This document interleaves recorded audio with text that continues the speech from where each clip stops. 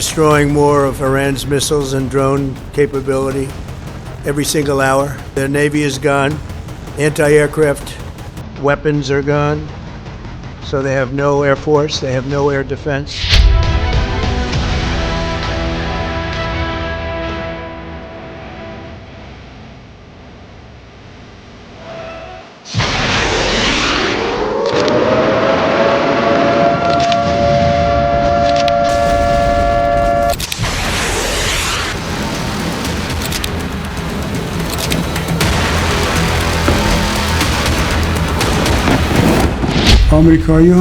Israel अब siren की आवाजों की आदत डाल ले, हम उन्हें एक पल भी चैन से नहीं जीने देंगे।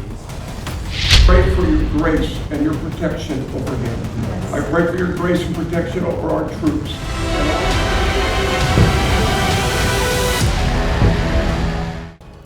युद्ध के पहले ही दिन अमेरिकी हमले में ईरान के सर्वोच्च नेता आयतुल्लाह अली खामेनेई की मौत की खबर सामने आई थी। सबसे बड़े नेता के मारे जाने के बावजूद पिछले 7 दिन से ईरान जिस तरीके से युद्ध लड़ रहा है, उसका अंदाजा न तो अमेरिका के राष्ट्रपति ट्रंप ने लगाया था और न ही इजराइल के प्रधानमंत्री बेंजामिन नेतन्याहू ने। इस बात पे कोई शक नहीं कि तेहरान में भारी तबाही मची है। 1300 से ज्यादा लोगों के मारे जाने की खबर है, लेकिन ईरान ने अकेले ही इजराइल और अमेरिका की नाक में दम कर दिया है।